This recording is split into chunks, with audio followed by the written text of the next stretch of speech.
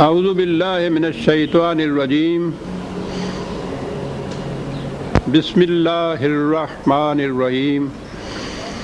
عزیزان من، آج نومبر 1981 کی 13 تاریخ ہے اور درس قرآن کریم کا آغاز سورہ الجاثیہ کی آیت 27 سے ہو رہا ہے۔ 4:5/2/7۔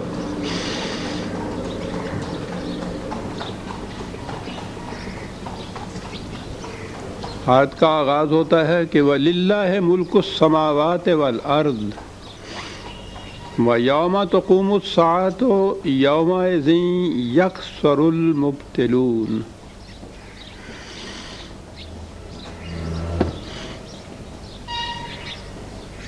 یوں تو قرآن کی ہر آیت اپنے اندر ایک خاص اہمیت رکھتی ہے، لیکن بعض آیات ایسی آتی ہیں، کم از کم اپنے متعلق عرض کروں گا کہ قرآن کریم میں یہ ہے،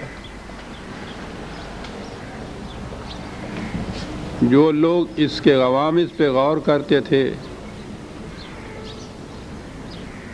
جو ذمہ داریاں عائد ہوتی ہیں ان کا احساس ہوتا تھا، وہ کہتے تھے کہ وہ آیتیں تلاوت کرتے ہیں تو ان کی روحیں کپ کپا اٹھتی ہیں، دل کانپ اٹھتے ہیں، لرزہ طاری ہو جاتا ہے، آنکھوں میں آنسو آ جاتے ہیں۔ بعض آیات ایسی ہوتی ہیں، انہی میں سے یہ ایک آیت ہے۔ بظاہر نظر آتا ہے کہ اس میں تو کوئی بات خاص ہے ہی نہیں۔ للہ ملک السماوات والارض، اس کائنات کی پستیوں بلندیوں میں، ذرام فلکی میں اور خود ارض میں حکمرانی، حکومت خدا کی ہے۔ اور آگے ہے کہ جب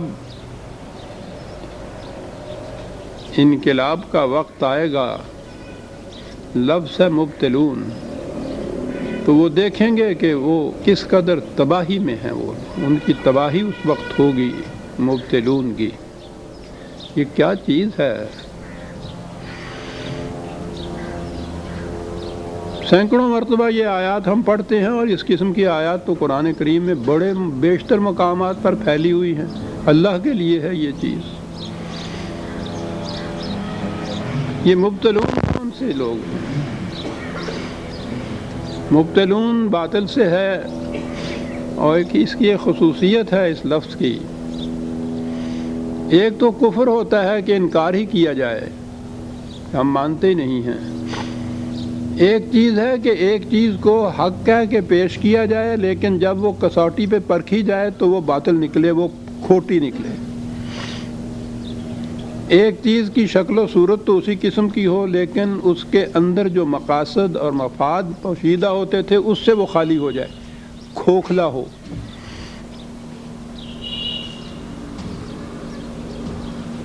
کھڑا کر کے پیش کیا جائے، کسوٹی پہ پرکھا جائے تو کھوٹا نکلے، شکل و صورت اسی قسم کی ہو اور اندر سے وہ کھوکھلا ہو۔ ایسا کرنے والوں کو مبتلون کہا جاتا ہے، جن کی روش یہ ہو زندگی کی۔ کہا یہ گیا ہے کہ سماوات اور ارض میں حکمرانی خدا کی ہے۔ سماوات کو تو چھوڑ دیجئے، وہ تو سر دست ہمارے حیطۂ تصور سے بھی ذرا باہر کی چیز ہے، یا کم از کم ہماری دسترس وہاں نہیں ہے۔ اس میں اس کی حکمرانی کس طرح سے چل رہی ہے، یہ ہمارا مشاہدہ ہے کہ یہ ہر چیز قانون کی زنجیروں میں جکڑی ہوئی ہے اور اس کی اطاعت کیے چلی جا رہی ہے۔ کسی کو یارائے سرکشی نہیں، مجال انکار نہیں۔ تو وہاں تو حکمرانی، حکومت، ملکوت خدا کی حکمرانی موجود ہے، ہمارے سامنے ہے۔ سوال تو عرض کا ہے جس سے ہمارا تعلق ہے۔ ہم یہ آیت پڑھتے ہیں 20 دفعہ، سینکڑوں دفعہ، کہ زمین پر حکومت اور حکمرانی خدا کی ہے۔ ہم اس کا اعلان کرتے ہیں۔ کیا یہ حقیقت ہے جس کا ہم اعلان کرتے ہیں؟ کیا یہ واقعہ ہے؟ پورے کے پورے قرۂ ارض کو تو چھوڑ دیجئے، جہاں ہم بستے ہیں، جہاں بھی کوئی وہ بستا ہے جو اس آیت کو پڑھتا ہے مسلمان، کیا یہ واقعہ ہے کہ وہاں حکمرانی خدا کی ہے؟ کیا اس قرۂ ارض کے کسی ایک چپا زمین پر بھی، جہاں مثلا مسلمانوں کی آبادیاں ہیں، کسی جگہ بھی خدا کی حکمرانی ہے؟ تو یہ آیت پڑھنے والے جو ہیں، اس کا اعلان کرنے والے، یہ کہنے والے، جبکہ حقیقت یہ ہے کہ یہ واقعہ نہیں ہے وہاں جہاں میں یہ آیت پڑھتا ہوں، جہاں کوئی بھی یہ کہتا ہے کہ وَلِلَّهِ مُلْكُ السَّمَاوَاتِ وَالْأَرْضِ، ارض لے لیجئے کہ خدا کی حکمرانی ہے اس زمین پر۔ جب میں یہ اعلان کرتا ہوں، اس کا اعتراف کرتا ہوں، اس کو پیش کرتا ہوں، تو کیا یہ واقعہ ہے یا ایک جھوٹی بات کو سچ کہہ کے میں پیش کر رہا ہوں؟ کیا میرا یہ دعویٰ جب کساٹی پہ پرکھا جائے گا تو سچا نکلے گا؟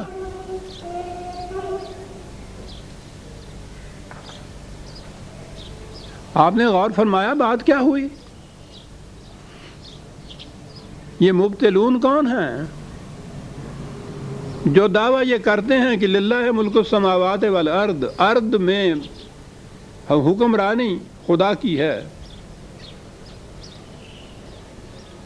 صبح سے شام تک سینکڑوں، ہزاروں، لاکھوں مسلمان، سال میں پوچھو نہیں کہ کروڑوں، اربوں بار یہ پڑھتے چلے جا رہے ہیں۔ جہاں کہیں بھی کوئی اس کو پڑھتا ہے، اس کو دہراتا ہے، کیا یہ واقعہ وہاں ہے کہ وہاں خدا کی حکمرانی ہے؟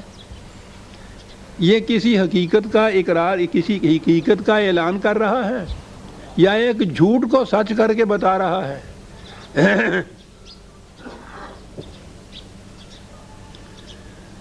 ایک واقعہ معلوم نہیں مجھے، میں نے پہلے بھی کبھی درس میں یہ پیش کیا ہو یا نہ، لیکن ہے وہ بڑا اہم، اور وہ یہ بات بتاتا ہے کہ یہ مبتلون کیا ہوتے ہیں۔ دیر کی بات ہے، غالباً تقسیم سے بھی پہلے کی، مسلمانوں کی ایک ریاست میں ایک پٹھان مولوی صاحب تھے، بڑے دبنگ قسم کے قرآنی آدمی تھے، قرآنی مولوی تھے وہ، اور بڑے دبنگ قسم کا آدمی تھا وہ۔ ریاستیں اور ریاستوں کے نظام آپ کو معلوم ہے، اس زمانے میں بڑا دبدبا، بڑا تنتنا، بڑا جلال، بڑا استبداد ہوتا تھا۔ ایک بہت بڑی تقریب تھی، ریاست کے اعیان و ارکان، بڑے بڑے لوگ تمام شامل تھے، خود ریاست کا والی صدارت کر رہا تھا، تقریب ہی ایسی تھی۔ اس قسم کے اجتماع کے اندر تلاوت قرآن کریم سے آغاز ہوا تقریب کا۔ قاری نے اٹھتے ہی قرآن کی یہ آیت تلاوت کی، وَلِلَّهِ مَا فِي السَّمَاوَاتِ وَالْأَرْضِ جَمِيعًا، سماوات اور ارض کی ساری ملکیت خدا کی ہے۔ اس نے وہاں تلاوت کی، یہ پچھلی رو میں کہیں بیٹھے ہوئے تھے، وہیں سے اٹھ کے کھڑا ہو کے وہ کہتا ہے کیوں جھوٹ بولتا ہے، بند کر یہ بکواس۔ سناٹا چھا گیا۔ آپ سوچ سکتے ہیں کہ کیا گزری ہوگی وہاں اس چیز پہ۔ والی نے بہرحال تلاوت کو تو بند کرایا،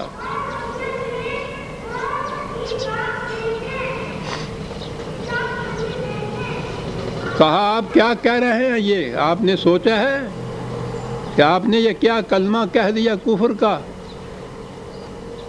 کہا میں نے تو سوچ لیا تھا جو میں نے کہا ہے، اس نے نہیں سوچا جس نے کہا ہے، اور تم نے نہیں سوچا جو اعتراض کرنے کھڑے ہو گئے ہو۔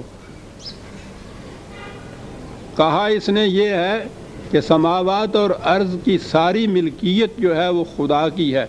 سماوات کو تو میں جانتا نہیں ہوں، ساری ارض کا بھی مجھے پتہ نہیں ہے۔ جہاں تک اس ریاست کا تعلق ہے، میں محکمہ مال کے دفتروں سے ہو کے آیا ہوں، گزشتہ 8 دن سے ان کے رجسٹروں کو ایک ایک ورق میں نے الٹ پلٹ کے دیکھ لیا ہے۔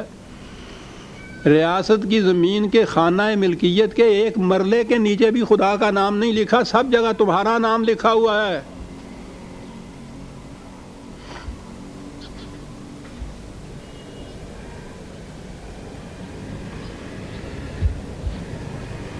کیا یہ واقعہ ہے یا نہیں جو میں کہہ رہا ہوں؟ اگر کہیں ایک مرلے کے نیچے بھی یہ ہوتا تو میں تھوڑی سی گنجائش رکھتا ہوں، وہاں ایک مرلے کے نیچے بھی کاغذ کے اندر خانہ ملکیت میں اللہ نہیں لکھا ہوا، تمہارا نام لکھا ہوا ہے، اور جھوٹ نہیں بولتے تو اور کیا کرتے ہو؟ اور وہ اعلان کر رہا ہے کہ پوری کی پوری زمین کی ملکیت جو ہے یہ خدا کی ملکیت ہے۔ کہاں ہے وہ ریکارڈ جس میں خدا ملکیت کے خانے میں خدا کا نام لکھا ہوا ہے؟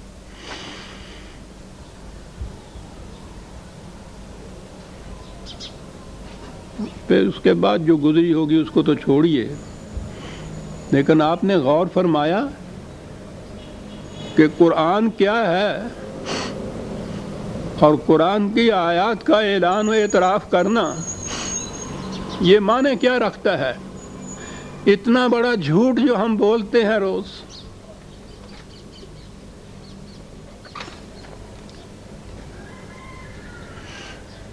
للہ ما فی السماوات و ما فی الارض جمیع، کیا یہ واقعہ ہے؟ للہ ملک السماوات والارض، سماوات و ارض میں حکمرانی صرف خدا کی ہے، یہ اعلان کرتے ہیں ہم۔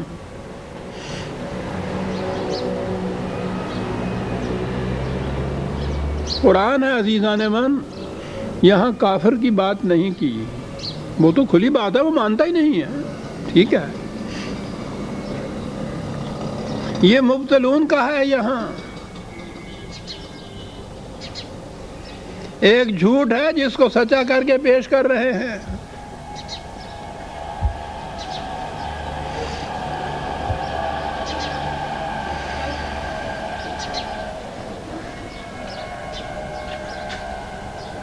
می گویم مسلمانم بلرزم کہ دانم مشکلات لا الہ را،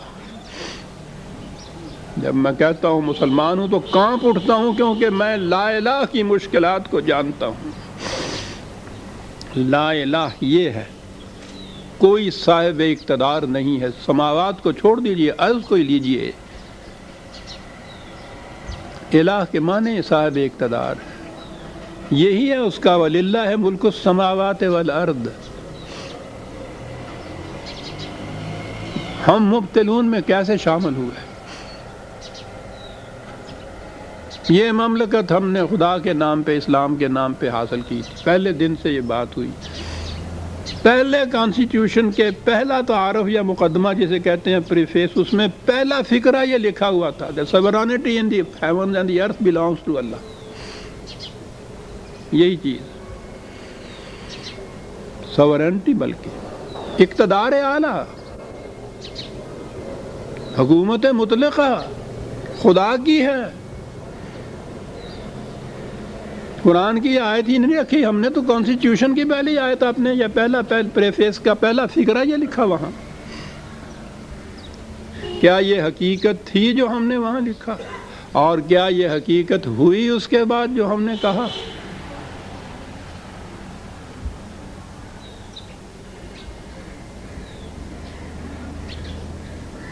اور پھر یہ جو ہم تلاوت کرتے ہیں، متعدد مقامات پر یہ آتی ہیں آیات، اور یہ آیات ان الفاظ میں نہ بھی آئیں تو دیگر الفاظ میں تو قرآن کی جو بنیاد ہے تعلیم کی، وہ یعنی لا الہ الا اللہ تو بہرحال ہم ہر سانس میں کہتے ہیں نا، وہ یہی بات ہے۔ الہ نہیں ہے کوئی بھی سوائے اللہ کے، وَلِلَّهِ مُلْكُ السَّمَاوَاتِ وَالْأَرْضِ، دونوں کے معنی ایک ہیں۔ وَيَوْمَ تَقُومُ السَّاعَةُ يَوْمَئِذٍ يَخْسَرُ الْمُبْطِلُونَ، وہ ایک انقلاب کا انتظار کہتا ہے، کرنے کی بات ہے۔ اس وقت پوچھا جائے گا کہ یہ جو کہا کہا کرتے تھے اس مولوی صاحب کی طرح، اس کو جرت یہ ہو گئی تھی وہ کہنے کی کہ جھوٹ بولتے ہو، بند کرو بکواس۔ کیا ہم یہ سچ بولتے ہیں یہ بات جب کہتے ہیں کہ ساورنٹی بلانگس ٹو اللہ؟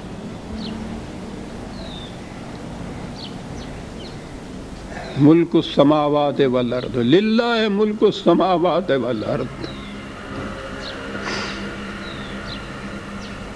یوم تقوم الساعۃ یومئذ یخسر المبطلون۔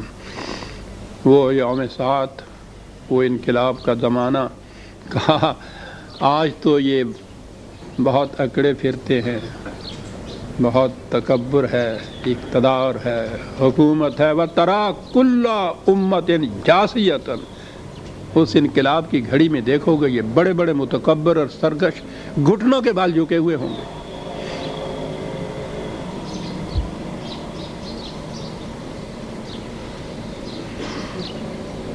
کل امت تدعی الی کتابہا، دھاندلی نہیں ہوگی وہاں۔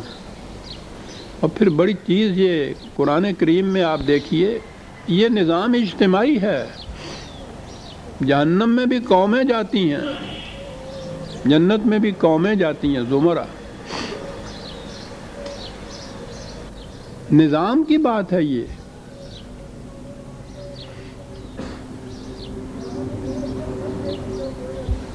افراد جن چیزوں کو نیکیاں کہہ کے اپنے آپ کو بہرحال کچھ بہلا لیتا ہے، وہ انقلاب لانے والی چیز نہیں ہوتی۔ انقلاب تو ایک نظام کے تابع آتا ہے۔ ایک قوم انقلاب لاتی ہے، ایک امت انقلاب لاتی ہے۔ یہ ذمہ داری بھی قرآن نے امت کی کہی تھی، وَكَذَلِكَ جَعَلْنَاكُمْ أُمَّةً وَسَطًا۔ کہا ہر امت اس وقت تم دیکھو گے گھٹنوں پہ جھکی ہوئی، وہ ایسے دھاندلی والی بات نہیں ہے۔ ہر امت اپنے اعمال نامے کی طرف بلائی جائے گی، کتابہ، ایک ایک کا اعمال نامہ آئے گا۔ فرد تو بات کی بات ہے امت کا، تم نے اس قسم کا نظام قائم کیا تھا۔ اليوم تجزون ما کنتم تعملون، جو کچھ تم کیا کرتے تھے آج اس کا نتیجہ تمہارے سامنے آ رہے گا۔ ھذا کتابنا ینطق علیکم بالحق، یہ ہے وہ کتاب ہماری، یہ ہے تمہارا اعمال نامہ، یہ تمہارے خلاف جو کچھ لکھا ہے اس کے اندر حق لکھا ہے، صداقت لکھی ہے، ایک لفظ جھوٹا نہیں ہے اس میں۔ اور جو دوسری جگہ یہ کہا ہے کہ ہم کسی اور سے نہیں کہیں گے، خود اس سے ہی کہیں گے، انسان سے، کہ اقرا کتابک، یہ اپنا اعمال نامہ آپ پڑھ۔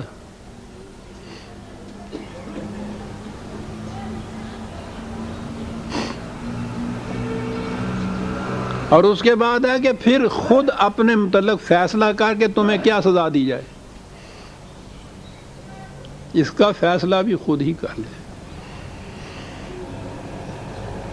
ھذا کتابنا ینطق علیکم بالحق انا کنا نستنسخ ما کنتم تعملون۔ تم سمجھتے تھے کہ ہم نے کچھ کیا، ہوا میں وہ اڑ گیا، ایک ایک حرف لکھ لیا کرتے تھے ہم، اور یہ لکھی ہوئی کتاب ہے وہ تمہارا اعمال نامہ جو تمہارے سامنے آ رہا ہے۔ اس کو دیکھ لو اور پھر فیصلہ کرو کہ کہاں ٹھکانہ تمہارا ہوگا۔ فَأَمَّا الَّذِينَ آمَنُوا وَعَمِلُوا الصَّالِحَاتِ فَيُدْخِلُهُمْ رَبُّهُمْ فِي رَحْمَتِهِ، اس کتاب کی روح سے اس اجتماعی اعمال جو اس قوم کے ہوں گے، یہاں آتا ہے وہ نظام جس کے تابع افراد زندگی بسر کرتے ہیں۔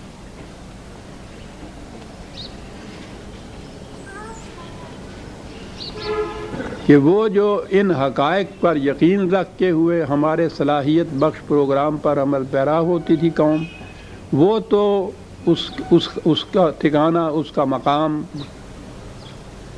خدا کی رحمت میں ہوگا، جہاں نشو و نما ملے گی ہر چیز کی۔ ذالک ھو الفوز المبین، یہ بہت بڑی اچیومنٹ ہوگی کسی کی۔ میں پہلے بھی کئی دفعہ کہہ چکا ہوں کہ قرآن میں اور مذاہب میں فرق یہ ہے، مذہب کا منتہا نجات ہوتا ہے، سیلویشن ہوتی ہے۔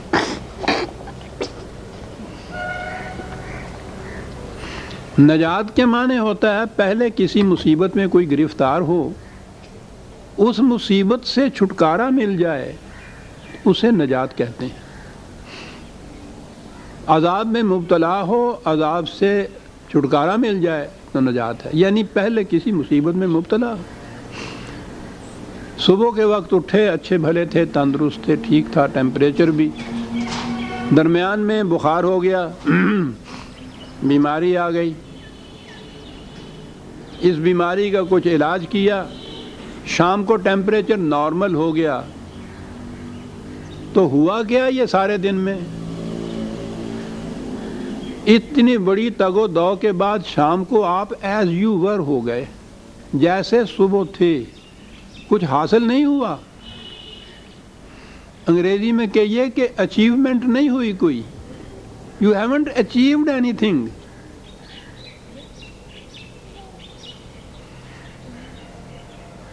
تمام مذاہب عالم جو ہیں، یعنی مذہب کوئی بھی ہو، ہم بھی مذہب پہ، ہمارے ہاں بھی تو نجات ہی کہتے ہیں نا جی، ہمارا تصور بھی نجات ہی کا ہے۔ یعنی یہ سارا تگ و تاس جتنا بھی ہے، یہ خدا کا انسانوں کو پیدا کرنا، انبیاء کا بھیجنا، سلسلہ رشد و ہدایت، یہ تمام پروگرام عبادات کے، اور یہ سارے، یہ کاہے کے لیے آخر میں نجات جسے آپ کہتے ہیں کہ کسی عذاب میں انسان مبتلا ہے، اس عذاب سے چھٹکارا مل گیا، بھائی کیا پروگرام ہے یہ خدا کا؟ یعنی نہ کچھ حاصل ہوا، نہ کوئی اچیومنٹ ہوئی کسی قسم کی، یہ تگ و تاس کاہے کے لیے ہوئی کہ پھر ویسے کا ویسا ہو گیا انسان۔ مینا سزد خدائے را، خدا اس قسم کا کھیل نہیں کھیلتا معاذ اللہ، اس کا تو ہر پروگرام تعمیری ہوتا ہے، ویسے کا ویسا نہیں رہتا۔ یہ تصور جو تھا، یہ تو مذہب کا تصور تھا۔ تھوڑے سے وقت میں عرض کر دوں کیونکہ نجات کی بات آ گئی۔ سب سے قدیم جو دعویٰ کرتے ہیں مذہب کا، ہندو مت جو ہے ان کے ہاں، سناتن دھرمی، ان کے ہاں تو یہ ہے کہ پچھلے جنم میں جو کچھ کیا تھا کسی نے، کوئی غلط کام، جو کرم، اس کرم کا نتیجہ اس جون میں، اس جنم میں بھگتتا ہے۔ آدمی کی شکل میں ہو، کتے کی شکل میں ہو، وہ بندر کی شکل میں بن کے آ جائے، کچھ وہ آ جائے، وہ یہاں بھگتتا ہے، یہاں پھر وہ کچھ کام کرتا ہے تو یہ اگلی جنم ہو جاتا ہے، جون اس کو وہ کہتے ہیں، ٹرانس مائگریشن آف سول جسے کہتے ہیں۔ پھر وہ کچھ ایسا بن جاتا ہے، اچھے کام کرتا ہے تو 30-32 کروڑ اس قسم کے چکر جو ہیں، ان کے بعد وہ پھر ان بلاؤں سے نکلنے کے بعد ویسا ہو جاتا ہے جیسا پہلے دن آیا تھا دنیا میں۔ کام ہوا نا یہ 32 کروڑ گردشوں کے بعد کہ پھر ویسا ہو جاتا ہے۔ عیسائیت آئی، انہوں نے کہا کہ خدا یہ جو ہر بچے کو پیدا کرتا ہے تو ہر بچہ اپنے اولی ماں باپ کے گناہوں کا بوجھ لاد کر اپنی پیٹھ پر تو دنیا میں آتا ہے، پیدائشی گناہ گار ہوتا ہے، اور یہ گناہ کی علائش جو ہے وہ کسی عمل سے دھل نہیں سکتی، تو زندگی بھر وہ گناہ گار، موت کے بعد اس گناہ کا عذاب اس کو بھگتنا پڑے جہنم میں۔ تو کیا کیا جائے پھر؟ یعنی خود خدا پیدا کرتا ہے گناہ گار بچے کو اور وہ گناہ دھلتا نہیں ہے، پھر کیا کیا؟ تو بہرحال اس بات کو تو جانے دیجئے کہ اس انداز میں وہ بات کرتے ہیں کہ خود خدائی ہم سوچے آیا بیٹھ گیا، کیا ہو گی گیا، جتنے انسان پیدا کیے جا رہا ہوں وہ سارے گناہ گار ہیں، ان سب کو جہنم میں بھیجنا پڑے گا، اعمال سے نجات ہو نہیں سکتی۔ تو ان کے عقیدے کے مطابق بیٹے نے کہا کہ آپ افسوس نہ کیجئے، میں اس کا حل بتاتا ہوں، مجھے بھیج دیجئے دنیا میں، وہ مجھے پھانسی دے دیں گے، میرے خون کے کفارے کے بدلے میں ان گناہ گاروں کو بخش دینا۔ تو ان کی نجات ہو گئی ان گناہوں سے جو وہ لے کے ساتھ آئے تھے۔ یہ ہو گیا سیلویشن.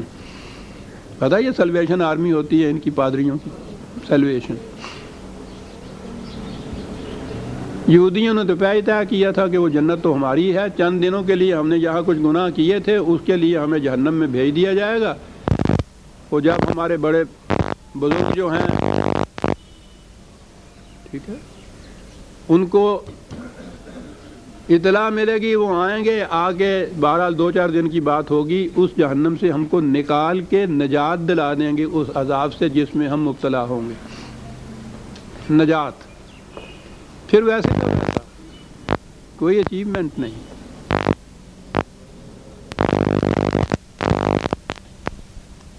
ہاں جی, قرآن کریم نے یہ تصور ہی بدل دیا. کہتا ہے انسان نہ کوئی گناہوں کا بوجھ اپنی پشت پہ لے کے آتا ہے, نہ کسی عذاب میں مبتلا ہوتا ہے, نہ مصیبت میں گرفتار ہوتا ہے. یہ آتا ہے, اس کو کچھ صلاحیتیں دی ہوئی ہوتی ہیں, وہ صلاحیتوں کی نشو و نما کرتا ہے, اور اس نشو و نما کے بعد اتنا کچھ حاصل کر لیتا ہے کہ وہ اس زندگی سے بہتر اور اعلیٰ زندگی بسر کرنے کے قابل ہو جاتا ہے اور آگے چلا جاتا ہے. یہ جو ہمارے ہاں بھی تصور ہے کہ جہنم کے اندر بھیج دیے جائیں گے اور پھر جہنم میں سے نکال لیے جائیں گے, بڑا فلسفہ پھر چھانٹتے ہیں اس کے اوپر کہ جی وہ جہنم اصل میں دھوبی کی بھٹی ہے, وہاں کپڑے چڑھائے جاتے ہیں بھٹی پہ تاکہ وہ سارا اس میں میل کچیل جو ہے وہاں کٹ جائے, صاف ستھرے کپڑے ہو کے آگے. یعنی پہلے صاف ستھرے تھے, میلے کچیلے کیے, پھر بھٹی چڑھانا پڑا, پھر وہ کیا ہو گئے جیسے پہلے تھے. یعنی تصور ہی یہ ہے کہ جیسا پہلے تھا انسان ویسا ہی ہو گیا. یہ سارا پروگرام خدا کا اس لیے ہو گیا کہ جیسا پہلے تھا ویسا ہی ہو گیا. پھر یہ تو ویسا ہی اگر اس نے ہونا تھا, رہنے دینا تھا, تو اس کو یہ بھیجا ہی کیوں, بنایا ہی کیوں, یہ اتنا لمبا چوڑا پروگرام کاہے کے لیے کیا اگر ویسا ہی رکھنا تھا تو کوئی نہیں سوچتا. قرآن نہیں یہ تصور دیتا, قرآن نجات کی بجائے فوز کا تصور دیتا ہے جس کے معنی اچیومنٹ کے ہیں.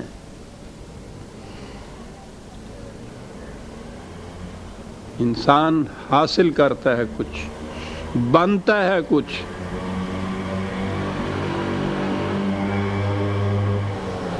ایز یو ور نہیں ہوتا, پہلے سے کہیں آگے ہوتا ہے.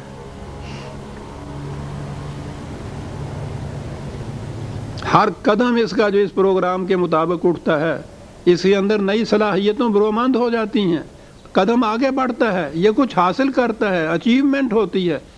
جب اس کے ساتھ آگے بڑھتا ہے تو جیسے آیا تھا اس کے مقابلے میں کتنا کچھ متاع گراں اپنے ساتھ لے کے آگے جاتا ہے. کسی عذاب سے چھٹکارا حاصل نہیں اس کا ہوتا, بہت کمائی کی ہوئی ہوتی ہے جس کو ساتھ لے کے جاتا ہے. یہ سلسلہ ارتقاء ہے, یہ ایولیوشن ہے, ایولیوشن کی اگلی منزل میں پہنچتا ہے. اس لیے اس کے لیے قرآن فوز کا لفظ استعمال کرتا ہے. ذالک هو الفوز المبین, اچیومنٹ, اور ایسی اچیومنٹ جو نظر آ جائے گی. کیا بات ایسا ہے, کیا تھا اور کیا بن کے آ گیا.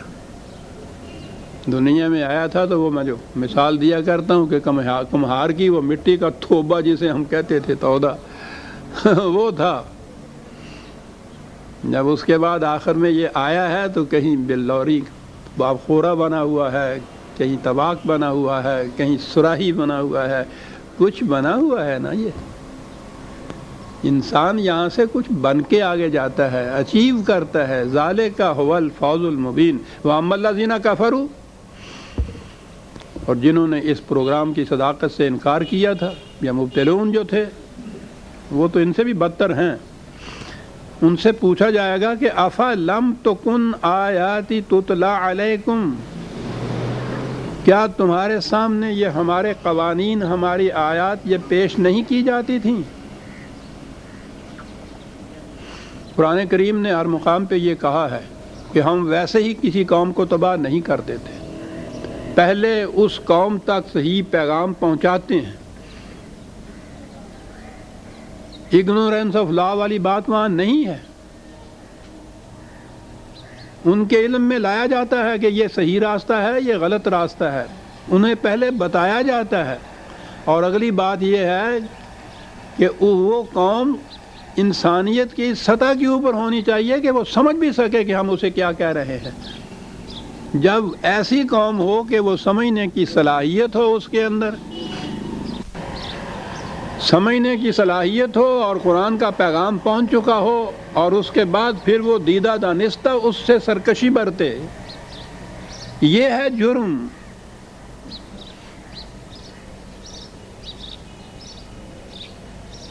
اس کا نتیجہ ہوتا ہے تباہی۔ کہا کہ ان سے پوچھا جائے گا کہ کیا تمہارے سامنے ہمارے یہ قوانین آئے تھے یا نہیں آئے تھے؟ آئے تھے۔ فاستکبرتم، تم نے سرکشی برتی، وکنتم قوما مجرمین، اس طرح سے تم جرائم پیشہ قوم ہو گئی، تم نے جرائم کا ارتکاب کیا، قانون تمہارے سامنے آ چکے تھے، تم نے استکبار کیا، سرکشی کی، اور یہ ہوا۔ عزیزان من، یہ تو قرآن نے کہا کہ ان سے پوچھا جائے گا کہ کیا قرآن کے قوانین، اس کی آیات تمہارے سامنے پیش ہوتی تھی یا نہیں؟ ہم اپنے متعلق کیا کہیں گے؟ ہم تو صبح شام اٹھتے بیٹھتے قرآن کی آیات کی تلاوت کرتے ہیں۔ ان سے تو پوچھنے کی بھی ضرورت ہوگی کہ کیا قرآن کی آیات تم تک پہنچی تھیں، انہوں نے پہنچائی تھیں؟ ہمارے متعلق تو یہ بھی پوچھنے کی ضرورت نہیں ہوگی۔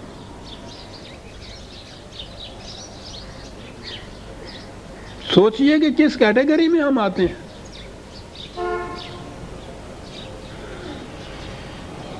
وَإِذَا قِيلَ إِنَّ وَعْدَ اللَّهِ حَقٌّ وَالسَّاعَةُ لَا رَيْبَ فِيهَا قُلْتُمْ مَا نَدْرِي مَا السَّاعَةُ إِن نَّظُنُّ إِلَّا ظَنًّا وَمَا نَحْنُ بِمُسْتَيْقِنِينَ۔ کیا بات!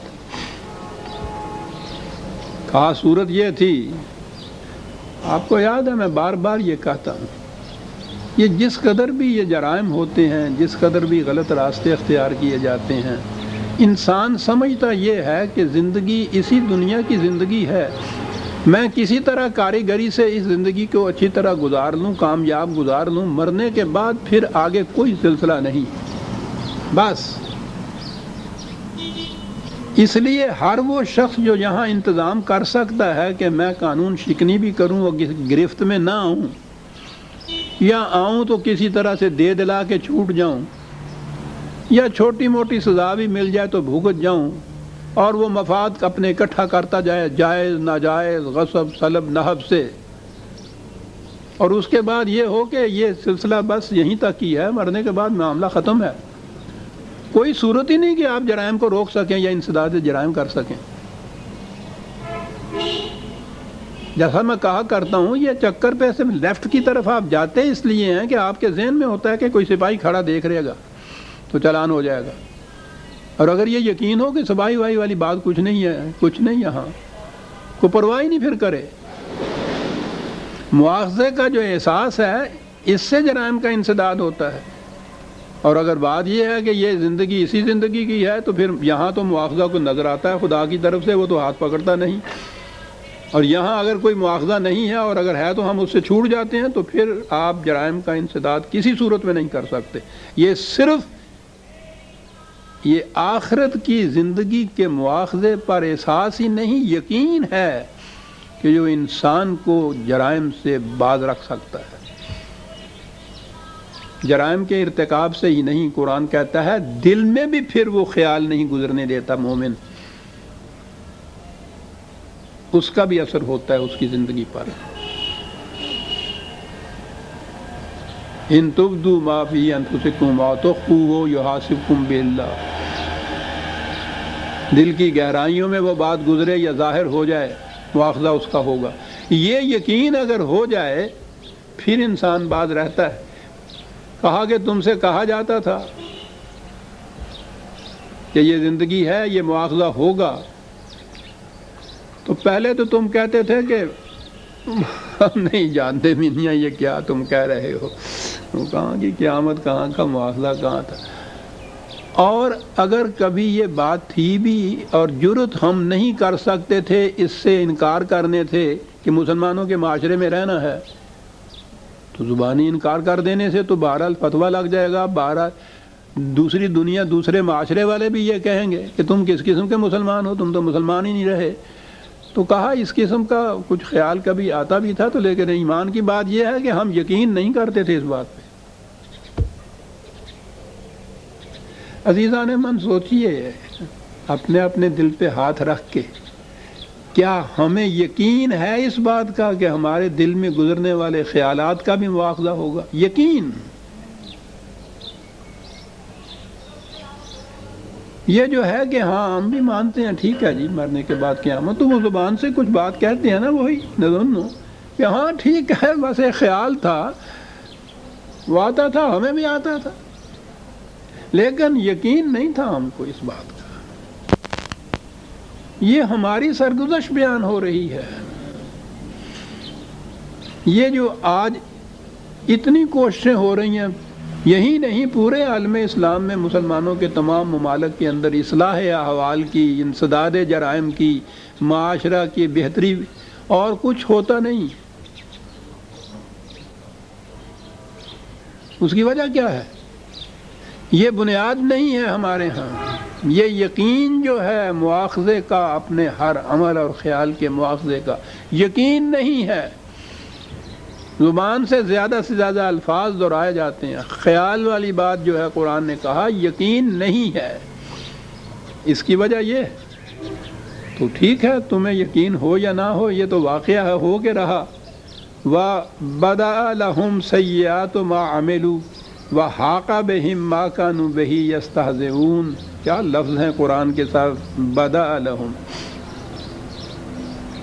جسے آپ اعمال کی سزا کہتے ہیں۔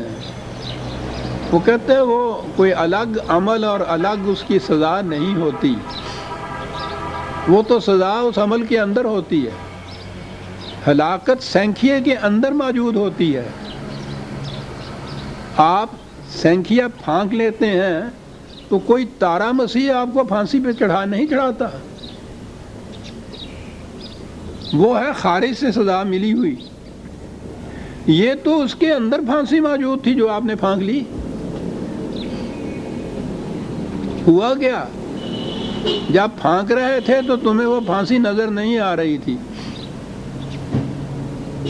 آدھے گھنٹے کے بعد ابھر کے آ گئی تمہارے گلے میں، وہ نمایاں ہو گئی۔ کیا بات ہے قرآن کی، بَدَأَ لَهُمْ سَيِّئَاتُ مَا عَمِلُوا، تمہارے کاموں کے اندر جو تمہاری تباہیاں چھپی ہوئی تھی نا، وہ نمودار ہو گئیں، نمایاں ہو گئیں۔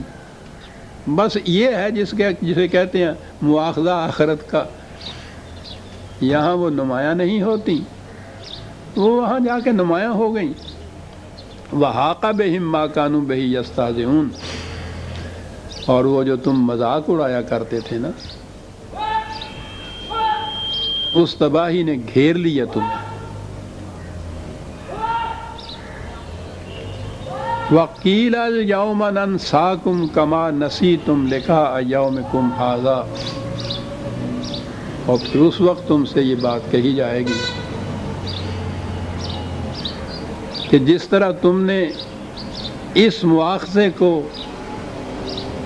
اس اعمال کی اس جزا کو، اس بدلے کو، اس صلے کو پس پشت ڈال دیا تھا، اس خیال کو کہتے تھے ہمیں یقین نہیں ہے، آج تمہیں بھی اسی طرح سے پس پشت ڈال دیا جائے گا۔ خدا کے بندوں میں تم آگے نہیں بڑھ سکتے۔ وَمَأْوَاكُمُ النَّارُ وَمَا لَكُم مِّن نَّاصِرِينَ، آج کوئی تمہارا حامی اور ناصر نہیں ہے۔ آج تمہارے کشت عمل کی ساری کھیتیاں جھلس کر راکھ کا ڈھیر ہو جائیں گی۔ ذَلِكُمْ بِأَنَّكُمْ مُتَّخَذْتُمْ آیَاتِ اللَّهِ هُزُوًا وَغَرَّتْكُمُ الْحَیَاةُ الدُّنْیَا، اس لیے کہ دنیاوی زندگی کی مفاد پرستیوں نے تمہیں دھوکے میں رکھا ہوا تھا۔ یہ پانی وہ ہے، کوسا سا دے دی، تمہیں فریب دیا ہوا تھا، دھوکے میں رکھا ہوا تھا۔ شکریہ۔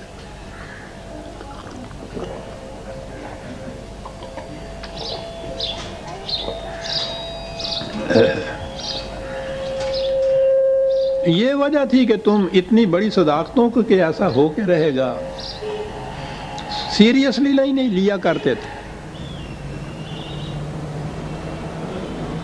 لائٹلی لیا کرتے تھے، سنا کرتے تھے، زبان سے کہا بھی کرتے تھے کہ ہمارا ایمان ہے آخرت پر، دل میں تمہارے اس کا یقین نہیں ہوتا تھا۔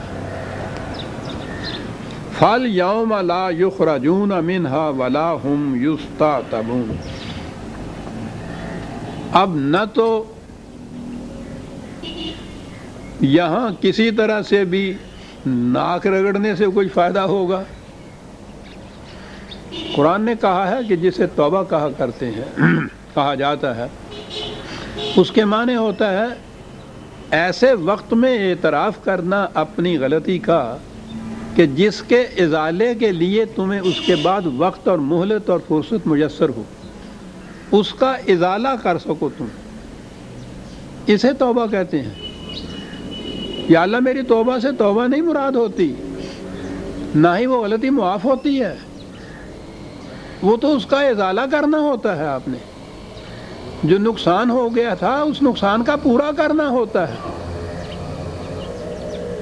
توبہ کے معنی یہ ہے عربی زبان کے اندر کہ جہاں سے آپ غلط راستہ آپ نے اختیار کیا، آگے چل کے تھوڑی دور محسوس ہوا کہ یہ غلط راستہ ہے، یہ ادھر نہیں جاتا، تو وہاں سے پھر وہاں لوٹ کے واپس آنا جہاں سے غلط قدم اٹھا تھا۔ تو توبہ کی پہلی شرط تو وہاں واپس آنا ہے نا جہاں سے غلط قدم اٹھا تھا۔ اگر وہاں واپس نہیں آ پائیں گے تو صحیح راستے پہ جا ہی نہیں سکیں گے، اور وہاں اگر آپ آ بھی گئے تو پھر وہاں آ کر کھڑے رہنے سے تو آپ منزل پہ نہیں پہنچ جائیں گے نا، پھر سیدھے راستے پہ چلنا بھی تو ہوگا۔ من تابہ و اصلح، وہاں سے واپس لوٹا اور صحیح راستے پر چلا، یہ معنی ہوئے اس کے۔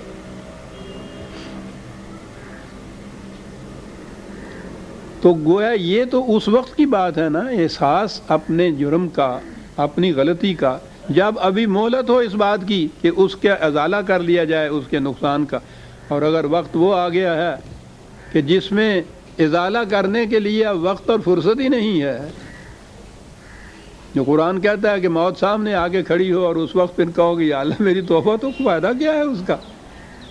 تم تو اس کمی کو پورا نہیں کر سکو گے۔ تو کہا کہ یہ وہ وقت ہو جاتا ہے پھر کہ وہاں جسے کہتے ہیں نا عام طور پہ ناک رگڑنا، ایڑیاں وہ کچھ فائدہ نہیں دے سکے گا۔ یہاں سوال اس کا نہیں ہے کہ یوں ہی یا اللہ بخش دے اور یا پیچھے بیٹھے ہوئے جو ہیں وہ کلوں پہ دیگ پکا دیں اور چلیسوے کے اوپر اس کر دیں اور اس کے بعد وہ وہاں بخشا چلا جائے، یہ سوال ہی نہیں ہے۔ کوئی کسی دوسرے کو بخشوا نہیں سکتا، کوئی کسی دوسرے کا بوجھ اٹھا نہیں سکتا،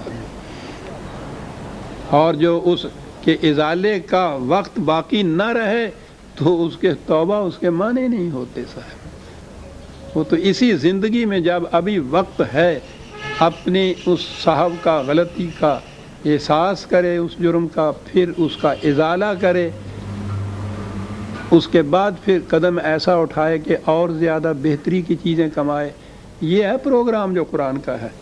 فَهُمْ وَلَا هُمْ يُسْتَعْتَبُونَ، اور وہاں پھر اس کا بھی وقت نہیں رہے گا کہ یہ گڑ گڑانا کسی کام آ جائے۔ وہ جب ظہور نتائج جسے قرآن کہتا ہے، جب اس غلط قدم اٹھانے کا نتیجہ برآمد ہو جائے، سامنے آ جائے، تو یہ ہے وہ وقت جس کو وہ کہتا ہے کہ اب گرفت ہو گئی، مواخذہ ہوا، اس غلط کام کا صلہ یا جزا یا سزا جو کچھ بھی ہے وہ آ گئی سامنے سے۔ یہ ہے وہ چیز جسے آپ آخرت کا عذاب کہتے ہیں۔ وہاں اس کا موقع نہیں ہے، یہ تصور نہیں ہے کہ وہاں جانے کے بعد کچھ عرصہ جہنم میں رکھا جائے گا، اسے 6 مہینے کی قید ہے، اسے سال بھر کی قید ہے، اور اس کے بعد پھر وہ قید سے چھوٹ کے واپس آ جاتا ہے۔ یہ سوال ہی نہیں ہے، یہ کچھ وقت کی بات نہیں ہے، یہ تو ارتقاء کا سلسلہ ہے جس میں یہ صلاحیت پیدا ہو گئی ہوگی کہ وہ زندگی کی اگلی منزل میں جانے کے قابل ہو، وہ زندگی بسر کرنے کا اہل ہو، اتنی صلاحیت اچیو کر لی ہو اس نے، وہ اس منزل میں چلا جائے گا، اور جس میں یہ چیز نہیں ہوگی وہ روک دیا جائے گا۔ رکنے کے بعد وہاں عمل کی گنجائش نہیں ہوگی کہ وہاں پھر کچھ کام کر لیے ایسے اچھے اور پھر چلے گئے۔ یہ بالکل تصور باطل ہے کہ جہنم میں کچھ عرصہ گزرنے کے بعد پھر انسان نکال کے جنت کی طرف بھیجے جائیں گے۔ وَمَا هُمْ بِخَارِجِينَ مِنَ النَّارِ۔ جنت وہ مقام ہے کہ جس میں مزید کام کرنے کے مواقع اور گنجائش ہوگی، وہاں سے آگے تو بڑھ سکے گا، لیکن جس نے اس میں اس زندگی بسر کرنے کی صلاحیت پیدا نہیں کی ہوئی ہوگی وہ روک دیا جائے گا، اس کے لیے کوئی گنجائش نہیں ہے۔ اس لیے دارالعمل کام کرنے کا جو موقع، گنجائش، میدان زندگی، اسی زندگی کی، اسی دنیا کی زندگی ہے۔ جو کچھ جہاں بن جائے گا انسان اس کے مطابق آگے جائے گا۔ اس لیے یہ کہا کہ وَهُمْ وَلَا هُمْ يُسْتَعْتَبُونَ، نہ تو وہاں سے نکل سکیں گے خود، اور نہ ہی وہاں یہ توبہ اللہ جسے ہم کہتے ہیں وہ کسی کام آ سکے گی انسان کی۔ اسی لیے قرآن نے کہا ہے کہ یہ غنیمت سمجھو یہ وقت جب تمہیں اس کا احساس ہو جائے کہ ہم غلط راستے پہ، تو بدلو اپنے راستے کو، صحیح راستے کے اوپر قدم اٹھاؤ تو منزل کی طرف پہنچ جاؤ گے۔ اور موت کا تو پتہ ہی نہیں ہوتا انسان کے کہ کس وقت آ جانی ہے۔ اس لیے اگر یہ آدمی اس کو پوسٹ پون کرتا چلا جائے کہ اچھا کوئی بات نہیں ابھی نہیں، کچھ پھر اگلی دفعہ صحیح، اگلے مہینے یہ کر لیں گے، اگلی دفعہ یہ کچھ کر لیں گے، کیا پتہ ہے انسان کی موت کا۔ اس لیے یہ سوال ہی نہیں، جب بھی احساس ہو انسان کو اپنے جرم کا، اس کی اصلاح اسی وقت کر لینی چاہیے۔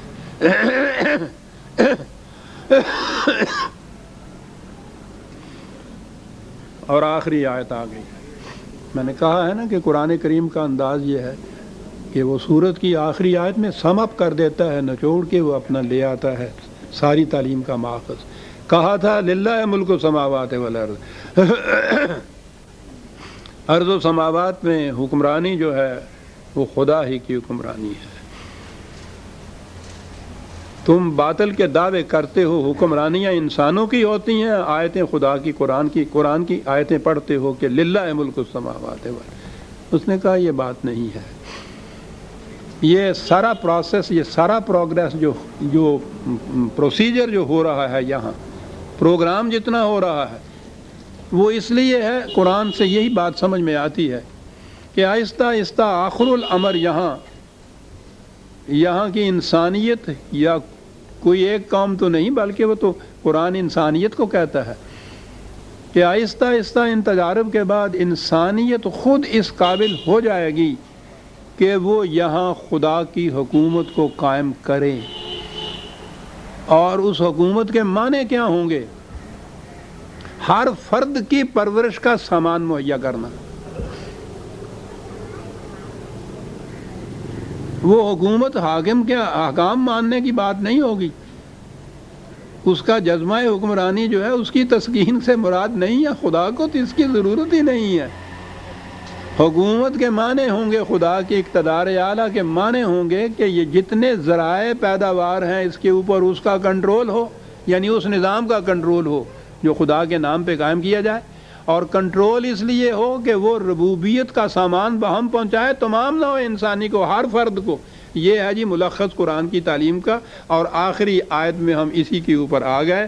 فَلِلَّهِ الْحَمْدُ رَبِّ السَّمَاوَاتِ وَرَبِّ الْأَرْضِ وَرَبِّ الْعَالَمِينَ۔ یہاں ایک اور لفظ بھی بڑھا دیا، ورنہ رب السماوات اور رب الارض یہی کافی تھا کہ اس وقت بے ساختہ زبانوں سے یہ بات نکل آئے گی کہ وَلَهُ الْكِبْرِيَاءُ فِي السَّمَاوَاتِ وَالْأَرْضِ۔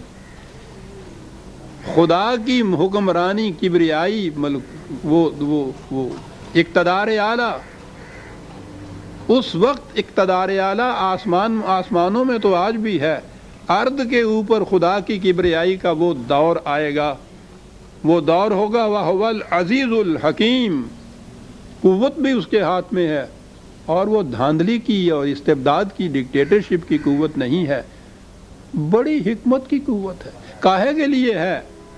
رب السماوات ورب الارض ورب العالمین، آسمانوں میں بھی اس کی ربوبیت، زمین پہ بھی اس کی ربوبیت، اقوام عالم میں اس کی ربوبیت۔ یہ دور کب آئے گا؟ قرآن میں اس کی انڈیکیشنز ہیں، اس کے اشارات ہیں۔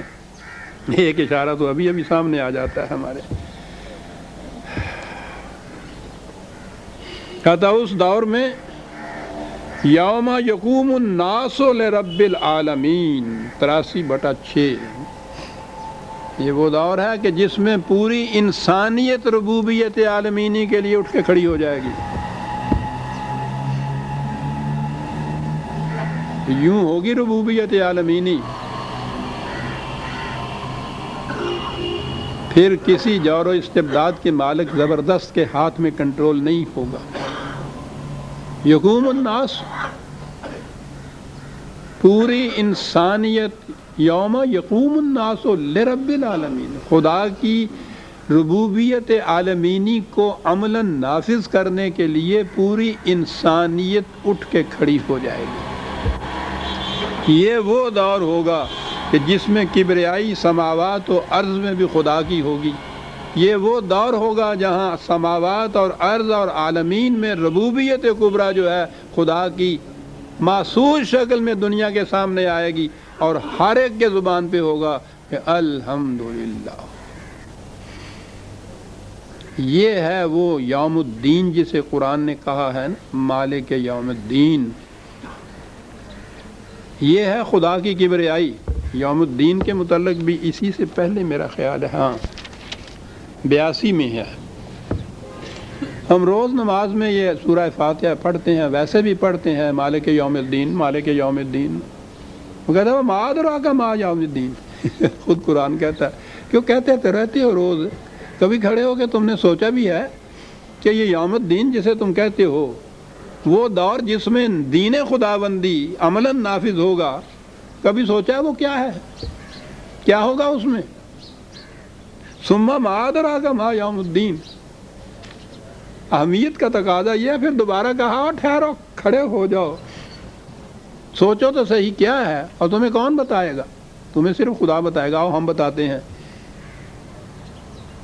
جس کی دعائیں تم مانگا کرتے ہو، یوم الدین، وہ دور جس میں الدین کا نظام نافذ ہوگا۔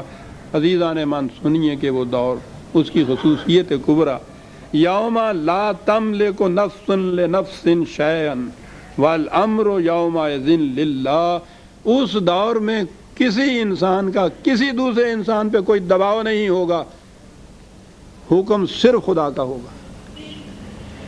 اور یہ ہے جو ہے للہ الحمد وَلِلَّهِ الْحَمْدُ رَبِّ السَّمَاوَاتِ وَرَبِّ الْأَرْضِ وَرَبِّ الْعَالَمِينَ وَلَهُ الْكِبْرِيَاءُ فِي السَّمَاوَاتِ وَالْأَرْضِ وَهُوَ الْعَزِيزُ الْحَكِيمُ۔